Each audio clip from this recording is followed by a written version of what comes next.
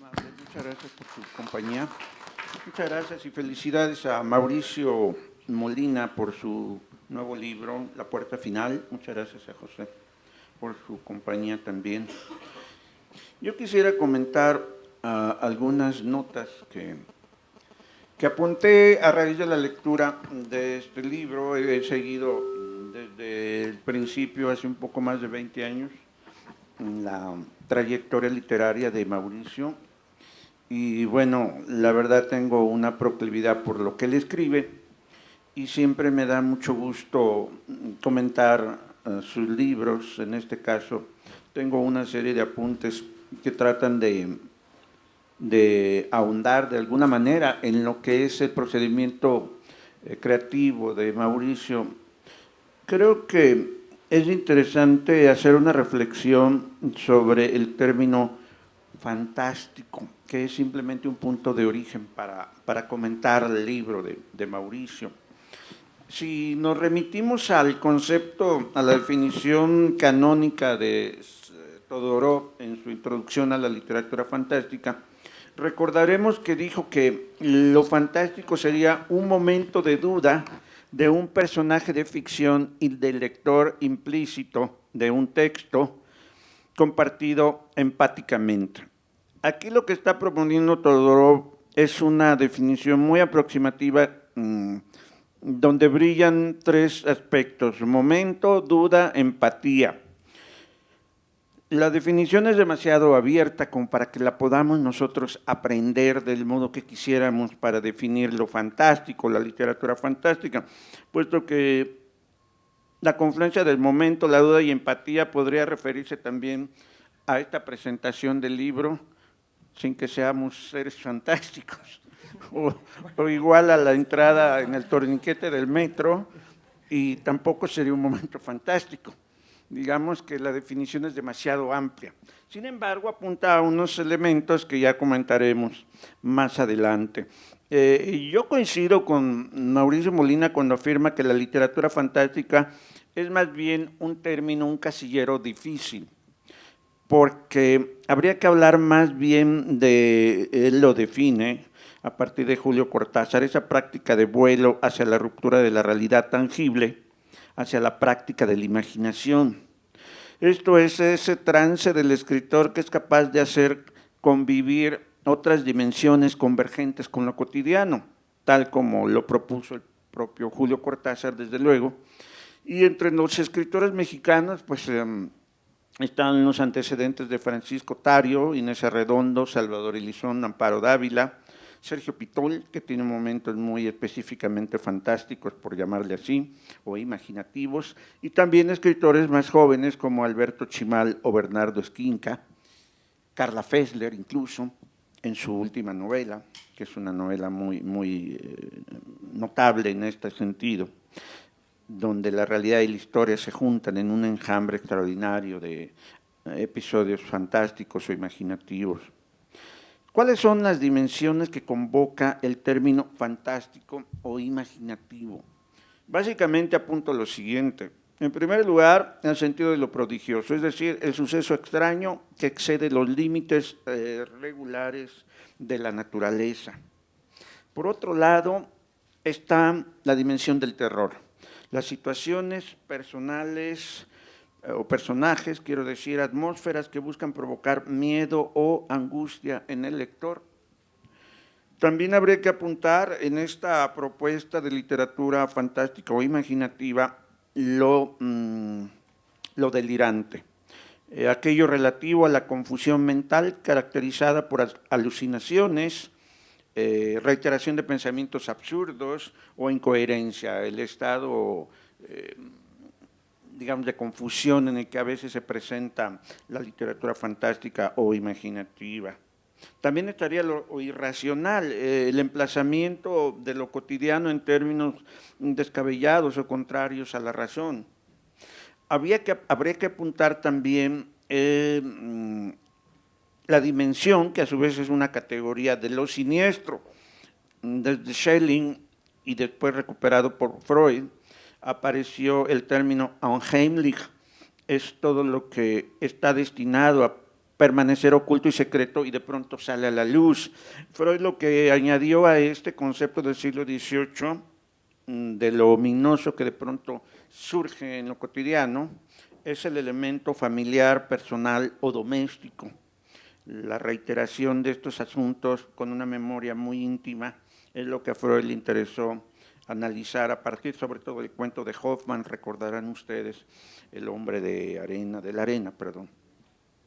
También habría que apuntar que en esta propuesta de literatura fantástica imaginativa está incidiéndose en lo presagioso, en el sentido de especie de adivinación o conocimiento de las cosas futuras por medio de señales que se han visto o de intuiciones y sensaciones, aquello que está flotando encima, un poco lindando con la paranoia, que habría que interpretar aquí en estos términos también. Lo presagioso implica también este elemento que sobre todo en la literatura más reciente aparece con toda frecuencia, que es el elemento paranoico. La literatura paranoica, incluso Ricardo Piglia ha propuesto una suerte de teoría en torno de la literatura paranoica. Él la define como aquella literatura donde todo gira alrededor de un entendimiento de la víctima, donde la víctima empieza a ser el personaje y se desdobla, de manera que aquel que registra la culpa empieza también a invadir el mundo con esta sensación incriminatoria, autoincriminatoria. Habría que computar también lo absurdo, es decir, lo extravagante, lo disparatado, lo irregular, lo inconexo, que se presenta en los relatos de imaginación o de fantasía. Y desde luego la perplejidad, aquella pregunta que está en muchos de los relatos de Mauricio, por ejemplo, que es, bueno, ¿esto sucedió o no sucedió desde el punto de vista de los personajes?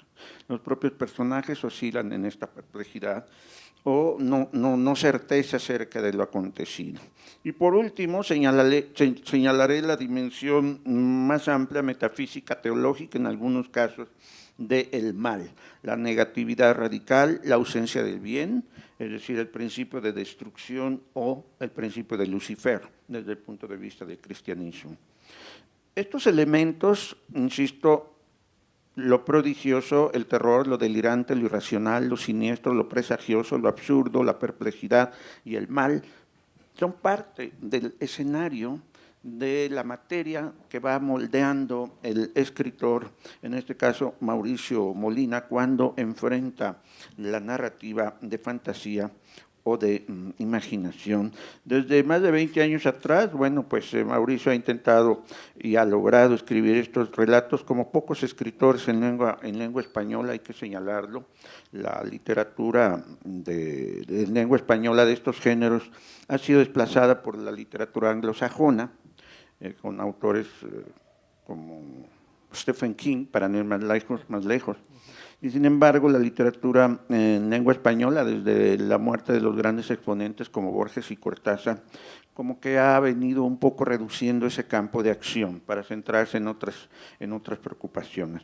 Creo que en el caso de Mauricio Molina ya tenemos un corpus narrativo muy importante para considerarlo uno de los grandes escritores en lengua española en términos de fantasía e imaginación, como lo estamos describiendo aquí.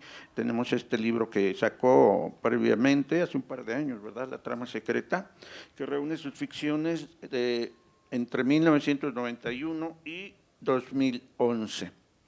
La pregunta decisiva, no solo para comprender el proceso creativo de Mauricio Molina, sino para incidir en el comentario en torno del libro que presentamos esta noche, La puerta final, que decanta toda la trayectoria que hemos estado describiendo, sería, a mi juicio, muy importante de responder.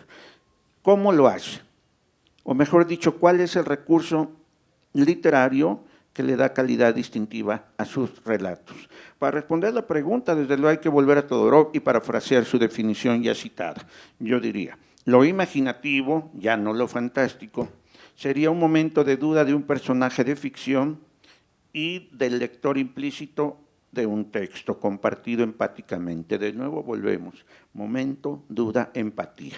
Pero ¿Qué es lo que permite diferenciar una situación cualquiera, como las que describíamos comúnmente, que concita tales elementos en una situación, aparte de contar con ellos, cómo se abre a la otra dimensión alterna, a la normalidad, que es el gran secreto de los relatos imaginativos o fantásticos? ¿En qué momento se da esta capacidad o talento del escritor para extraernos de la propia realidad de lo que estamos nosotros viviendo y meternos en otra dimensión?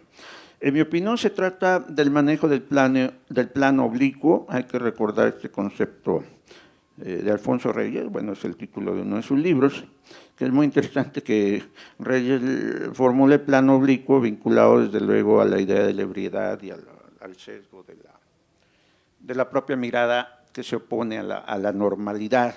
Y esto lo va a recuperar después, 50 años después, quizás poco menos, poco más, Jacques Lacan y posteriormente Slavoj Žižek. Slavoj Žižek tiene un libro extraordinario, le recomiendo, que se llama algo así como Looking Over, mirando de sesgo, mirando oblicuamente. Desde luego recupera la noción de Jacques Lacan sobre esto, donde la realidad entra en otro giro, es una visión anamórfica, es una visión perversa, es una visión maligna, como lo ha estudiado también Baltrusaitis.